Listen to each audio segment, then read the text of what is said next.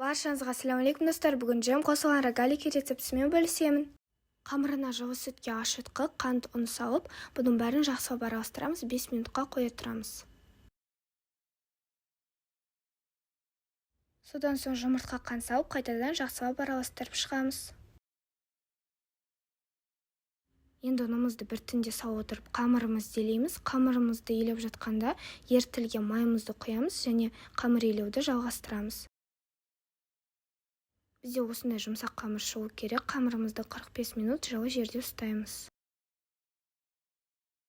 Қамырымыз көтерілді. Қамырымызды екі бөлікке бөлеміз. Видеода көрсетілгендей, бір бөлігін алып осындай рулет формасын береміз. Және ол рулетімізді біз бірнеше бөліктерге бөлеміз. Және сол бірнеше бөліктерімізді, әрбір бөліктерімізді дөңгелетеміз. Видеода көрсетілгендей.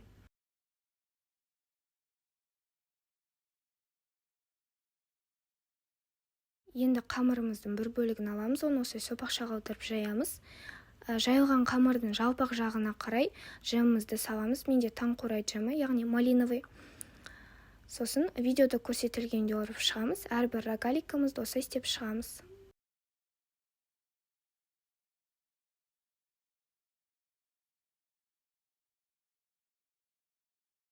Дайын рогаликтарымыздың үстін жұмыртқамен жағып шығамыз.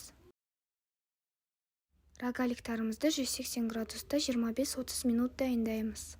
Мінеки достар, біздің рогаликтарымыз дайын, олар ішінде осындай болып піседі. Қамыры өте жұмсақ болып шығады. Сіздерге 100% дайындауға кеңес берем.